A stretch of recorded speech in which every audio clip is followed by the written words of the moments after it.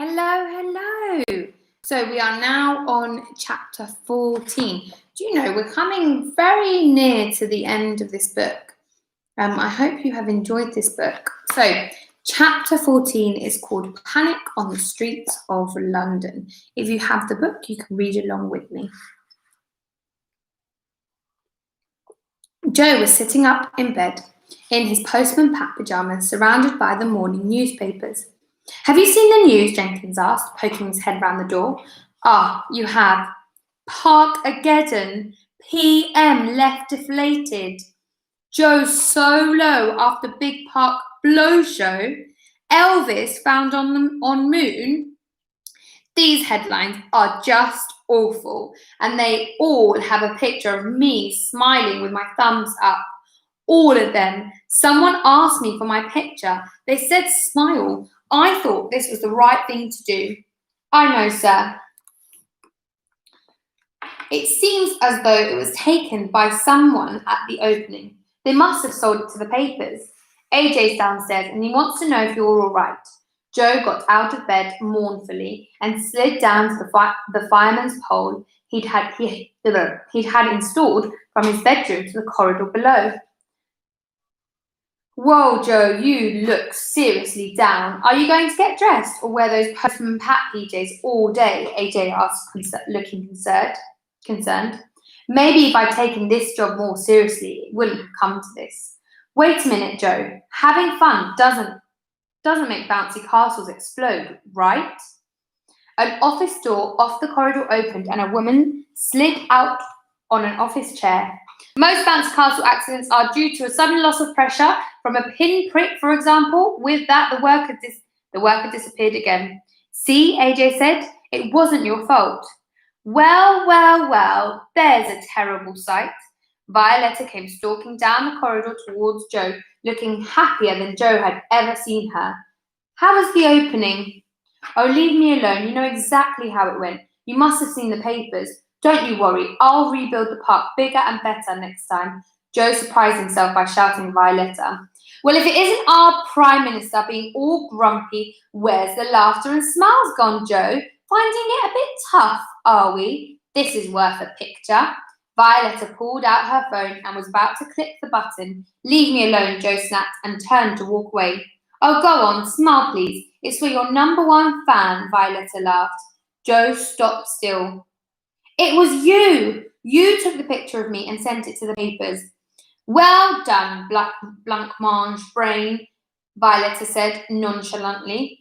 "It was such a good picture, I couldn't resist sending it to all the papers. But it makes me look bad, like I was laughing at other people's misfortune. I wasn't doing that, you know I wasn't." "Save the excuses. A picture paints 1,000 words, remember," Violetta said, holding the phone of Joe right up to his face. Holding the photo, of Joe right up to his face. "The park's closed now, and it's going to stay closed. I don't think it will ever open again after what happened. Your mother must be so proud." You're, Joe screamed. "I'm what?" "You're fired." Violetta stared at Joe. Slowly, a smile spread across her face. "Thank you," she said, and walked off, chuckling to herself. "What?" Joe was confused. "Jenkins, what does she mean by thank you?" "I don't know, sir. I just don't know."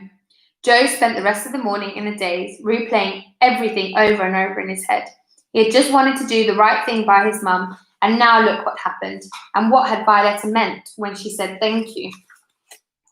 Joe was supposed to be signing a new law to make sweets one of your 5 a day, but he just couldn't concentrate. He looked up startled as Jenkins burst in, switching the TV on and grabbing the remote. "Sir, you need to see this," he said urgently. "You join us here in central London for some huge news. Violetta Crump, the Deputy Prime Minister, has been fired. She's about to make a statement." The camera cut to Violetta standing in front of number 10. "The Prime Minister is such a grand word can be used for such a small child to get upon himself to force enjoyment on everyone in this country. I begged him not to force everyone to have fun, but instead of listening to me, he fired me. That's the kind of Prime Minister we have.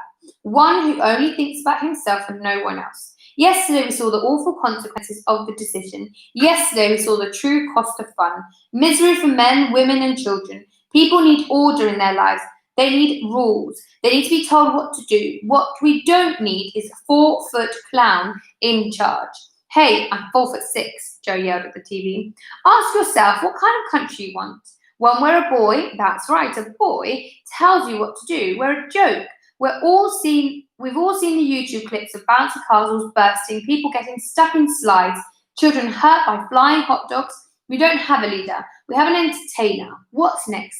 What if the world is on the brink of another crisis? Is Joe going to make some balloon animals to try a spot of juggling? Well, I, for one, am not laughing, and neither is Mr. Johnson. A middle-aged man moved towards the microphone, looking miserable and cross. Mr. Johnson is a taxi driver, an ordinary member of public, forced to dress up in fancy dress by our Prime Minister for his entertainment. Mr. Johnson's, if you like to tell the public how it is. I was just trying to earn a living until Joe Perkins came along. Suddenly, that's not enough. Now I'm being told to dress up to keep my customers entertained. Well, it turns out I'm allergic to synthetic fibres, the sort that you get in fancy dress costumes, and I was off work for a week. I mean, you should see the rash on my... Thank you, Mr. Johnson, Violetta grabbed the microphone back. It's all up one side of my bottom, bright red like a huge radish. Mr. Johnson leant into the microphone to finish what he was saying. We don't need to put you through any more indignity, Violetta shouted over him. Dignity? That went a long time ago.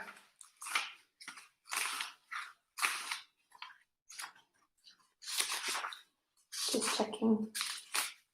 Oh, we've got another long chapter. I think we might stop halfway.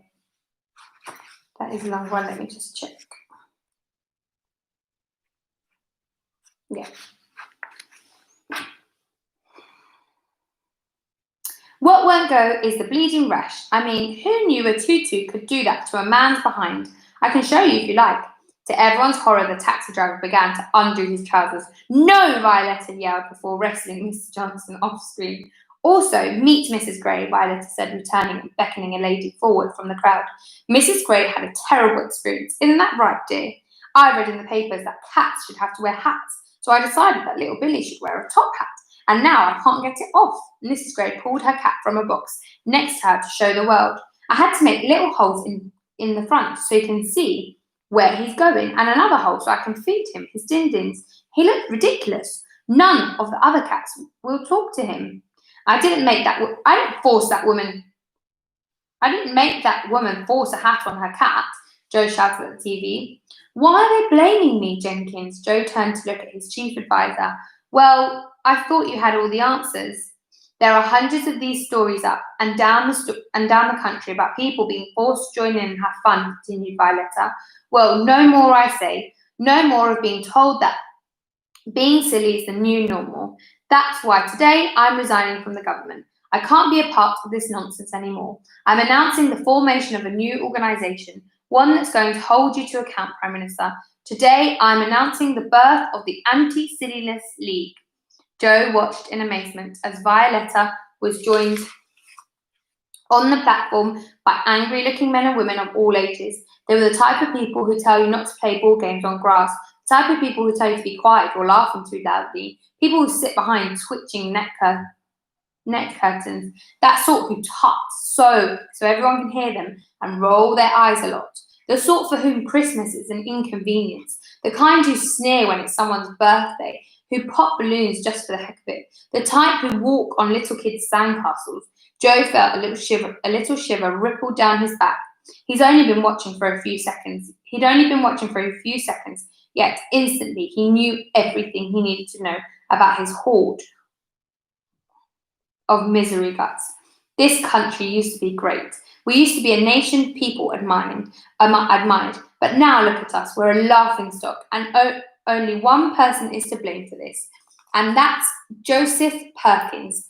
Down with Perkins, Violetta chanted. Soon her little gang of followers were all chanting with her. Down with Perkins! Down with Perkins! Down with Perkins! Oh no! She is evil. Evil, evil. And tomorrow we will finish the second part of chapter 14 because it's quite a long one. What is going to happen? Are people going to vote for this new party? Or do you think people realise that Joe didn't mean for everything to happen? What do you think? What do you think might happen? Have a little think and give me your predictions tomorrow. Right, I hope you enjoyed that first half of chapter 14 and I will see you tomorrow for the rest of chapter 14.